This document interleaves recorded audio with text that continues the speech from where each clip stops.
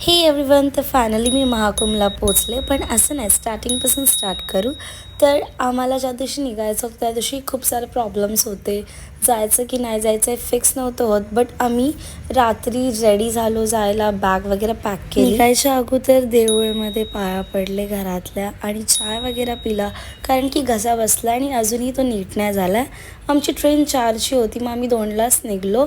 आणि first time मी ट्रेननी travel करणार आहे, तर बघूया कसं वाटणार आहे सगळं ट्रेननी ट्रॅव्हल करून. तर आम्हाला इकडून ना आमच्या इथून जायचं होतं मुंबईला. मग तिकडून आम्ही जाणार होतो कुर्ल्याला. ॲक्च्युली इकडूनच आम्हाला 2 ट्रेन चेंज करायचे होते. आणि मी ते मस्त डॉगीला बिस्किट दिलं आणि ट्रेन थोडीशी लेट झाली. मग आम्ही बसलो, चाय वगैरे पिलं, कारण घसा बसला तर आम्ही खूप सारा चाय पिला आहे आणि ब्रेकफास्ट पण करून घेतला. मम्मीनी रव्याचा ढोकळा बनवलेला, मग तो एन्जॉय केला ब्रेकफास्टमध्ये. आणि मस्त इथे सनराईज बघत आमची ट्रेन ही आली.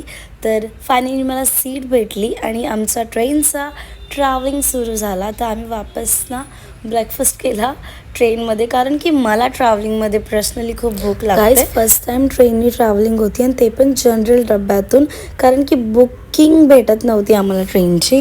मग मी ना अर्धा रस्ता झोपून घेतला. आमची ट्रॅव्हलिंग टोटल 22 आवर्सची होती.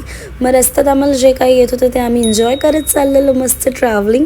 आणि आम्ही घरून ना चपाती आणि शेंगदाण्याची चटणी घेतलेली, तीही एन्जॉय केली. खूप साऱ्या गोळ्या घेतलेल्या, मिविक्सच्या, आणि पोट वगैरे दुखायचं, वॉमिटिंगचे सगळे गोळ्या घेतलेला, कारण ट्रॅव्हलिंगमध्ये हे मस्ट आहे घेणं. मी तर प्रिफर करते. आणि चाय वगैरे पीत असंच ट्रॅव्हलिंग सुरू होतं.